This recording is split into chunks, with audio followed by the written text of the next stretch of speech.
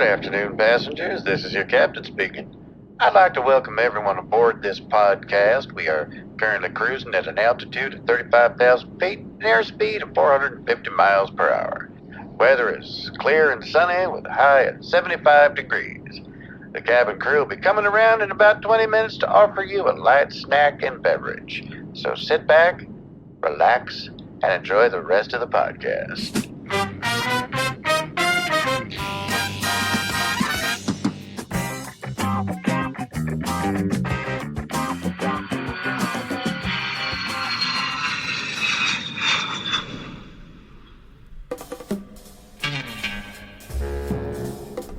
Hello everybody and welcome aboard Pilot Error. I'm Tom Feeney, writer for Wang's Chop Movie Magazine. You may know me from such podcasts as The Deep Dive Microcast, Mysteries of the Deep, and Hollywood Hype. It's that time once again though for another edition of Pilot Error, where we tune in to TV shows that went belly up before their time. Slot.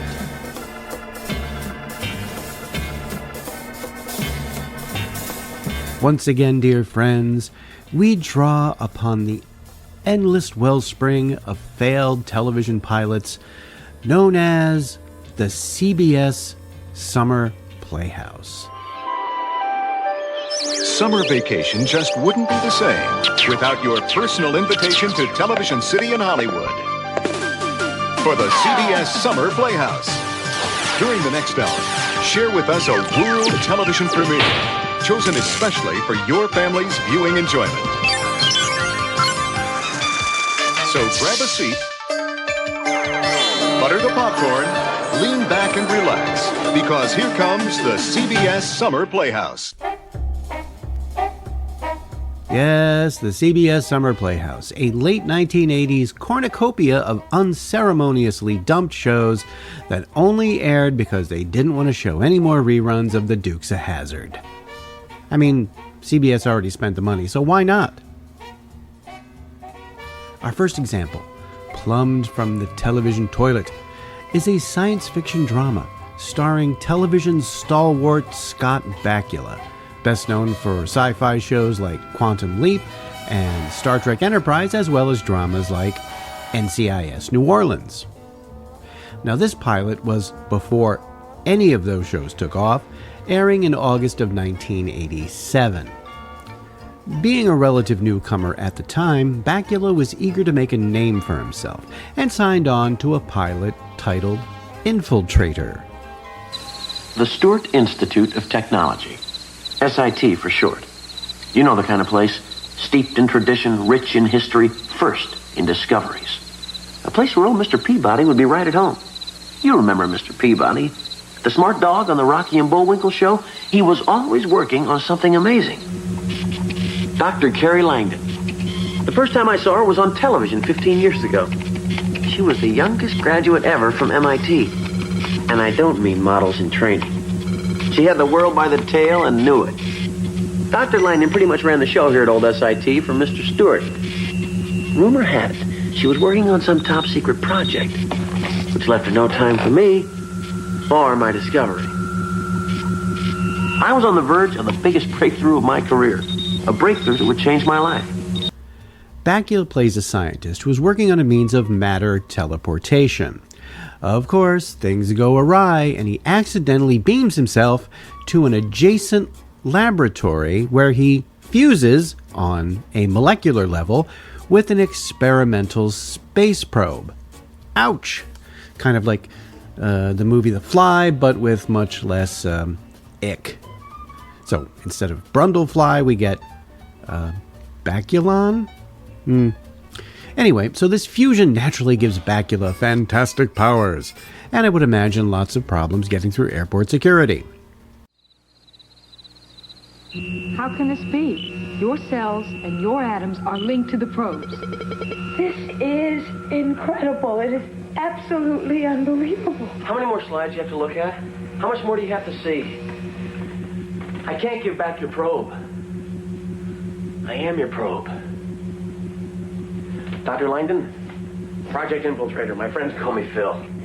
I can't believe this. Like, your cells and your atoms are linked to the probes. Carbon to carbon? You know, the point here is that your molecules had no business being in my lab in the first place. Well, pardon me.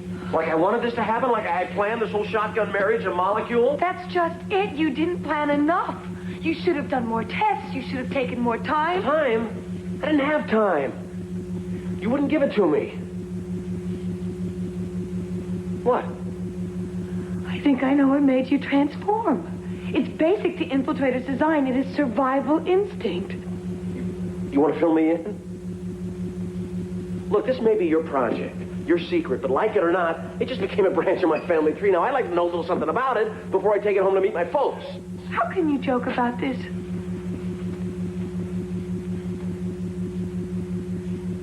I'm scared.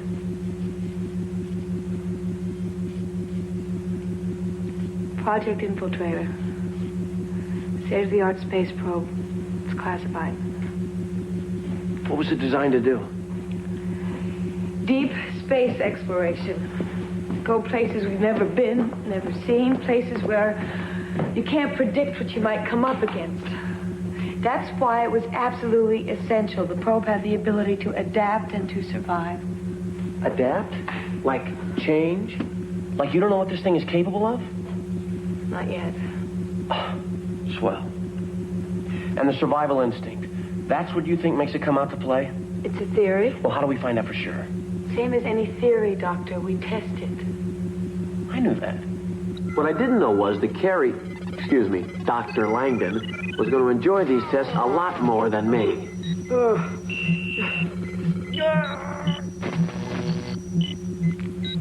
You know, I think...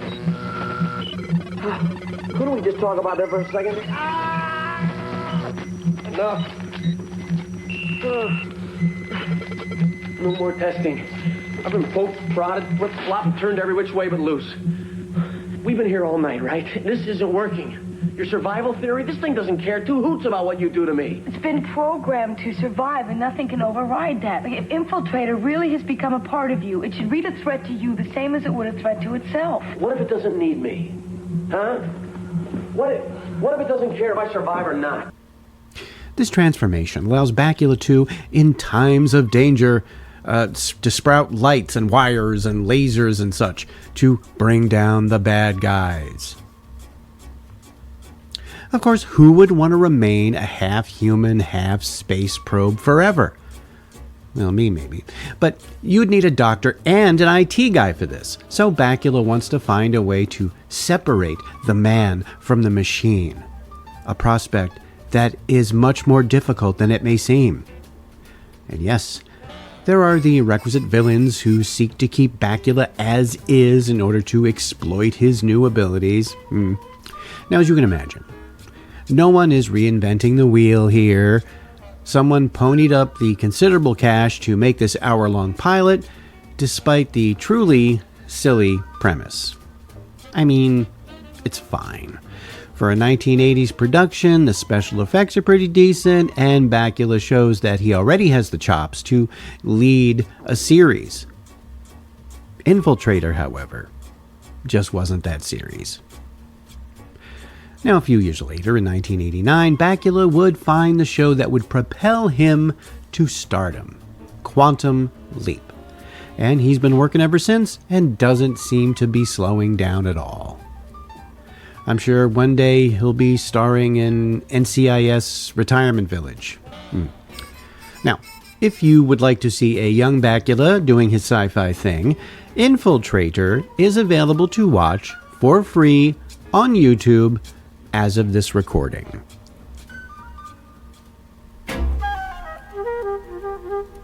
The great English actor Edmund Gwenn reportedly said the following on his deathbed: "Dying is easy. Comedy is hard." Now, Gwen may or may not have said it. Who knows? But it's a truism nonetheless. Comedy is not only subjective, but also requires a complex synergy of talents working perfectly together. Acting, writing, staging, directing, etc. all need to be on point, or the comedy will fall flat. Now, all of this is to say that even the funniest of performers can't save a terrible script. unless your name was Robin Williams, R.I.P. Sadly, our next pilot did not have Mr. Williams. It did, in fact, have two very funny and talented performers, Joe Flaherty from SCTV and Freaks and Geeks, and stand-up comedian Kevin Meaney.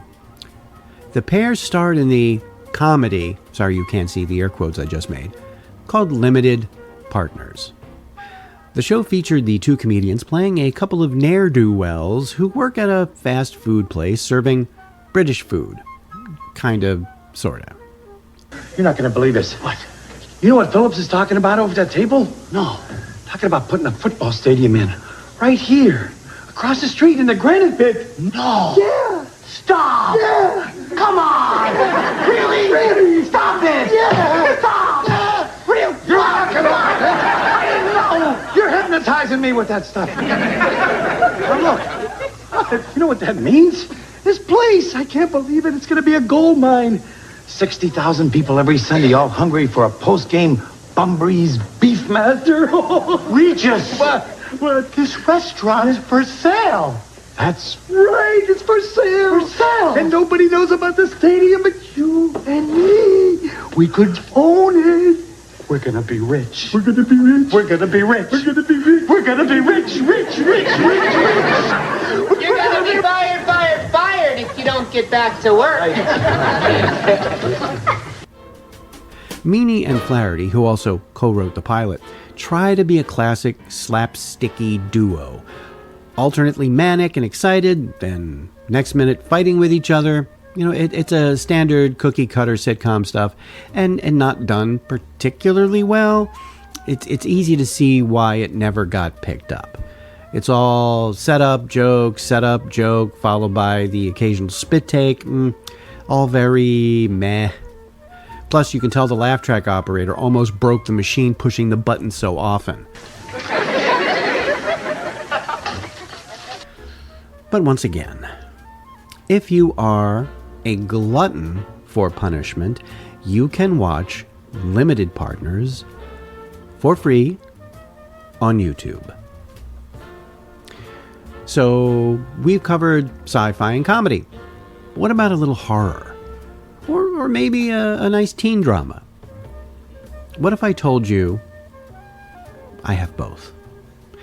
Season 3 of CBS Summer Playhouse presented just such an odd hybrid when it broadcast the one and only episode of Curse of the Corn People.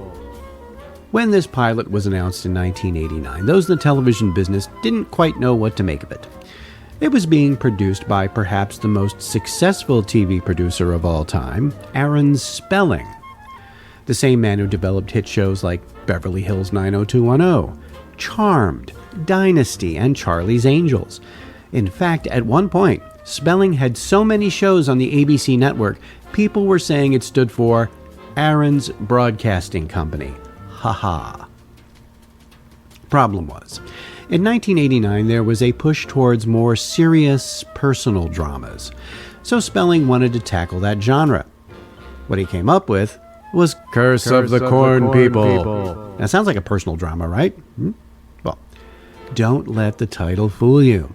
The show was centered around a group of young people living in rural Kansas. The friends, all aspiring filmmakers, want to make their own low-budget horror movie called, you guessed it, Curse of the Corn People. They got shooting at them. The movie's about this girl, Cassie Wade, and she gets violated. So she goes around, she kind of goes nuts, and she starts killing all these people and unleashing these horrible forces across the countryside. But it's like in her fear, she kind of has these superhuman powers, so nobody suspects that these are the acts of a 15-year-old girl. Their director is a young man who, by day, works in quality control at a spaghetti factory. No, not the spaghetti factory like the West Coast fast casual pasta restaurant chain. An actual spaghetti factory. Now, he has hopes to one day make it out of Kansas and into Hollywood. And the other friends have their own reasons for being involved, mostly to avoid their lives of quiet desperation. And there are plenty of obstacles along the way. Making movies ain't easy. Curse of the Corn People, take 2. What are you doing out here all by yourself, Cassie? What are you doing out here all by yourself, Cassie? What are you doing out here all by yourself, Cassie? Take 17. What are you out here... What's the line? Can I get that line fixed? Can we get the actor fixed? My dad's land you're on here. It's nice land. Excellent. Gonna tell me what you think you're doing? We're making a movie. Go on. What movie is it? It's called Curse of the Corn People. I ain't never heard of that one. Well, that's because it isn't out yet. Because we haven't finished filming it. And you're not going to. Not on my pa's land. We could move on down the road. But then we'd be giving somebody else's spread the chance to be in a movie. You like movies, don't you, Dale? Sure I do. Now, the characters themselves don't have a lot of, well, character, and feed into some standard corn-fed stereotypes. Now, the concept of a group of friends getting together to make a movie is a solid one. But overall, Curse of the Corn People suffers from the worst curse of all, being boring. But hey, if you've got 45 minutes to kill, once again, it's on YouTube. You might be better off, though, watching an actual corn-related horror movie, like all 11 Children of the Corn movies, and yes, that number is accurate. 11 of them. Look it up if you don't believe me.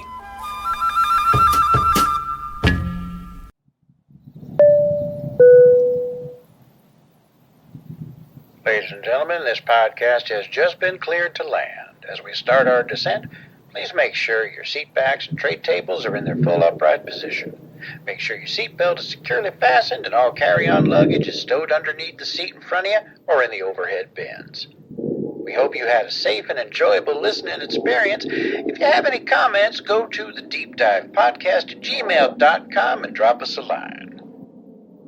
Any clips used in the podcast are meant for educational purposes only and not to infringe on any existing copyrights. And thanks for flying, an Automaton Studios production.